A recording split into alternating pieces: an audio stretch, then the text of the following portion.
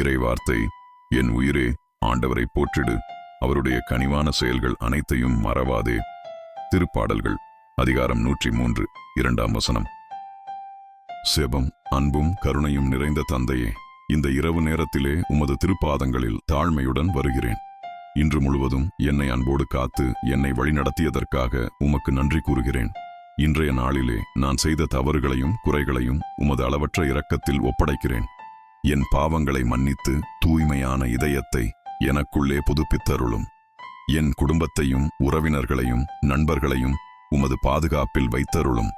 நோயாளிகளை குணமாக்கும், துயரப்படுபவர்களுக்கு ஆறுதல் அளியும், வழி தெரியாமல் தவிப்போருக்கு வழிகாட்டும். இந்த இரவிலே எங்கள் இல்லத்தை அமைதியால் நிரப்பியருளும். தீமையிலிருந்து எங்களை பாதுகாத்து அமைதியான உறக்கத்தையும் நாளை மலரும் புதிய நாளை உமது அருளிலும் மகிழ்ச்சியிலும் தொடங்க வரம் தாரும். ஆமென்.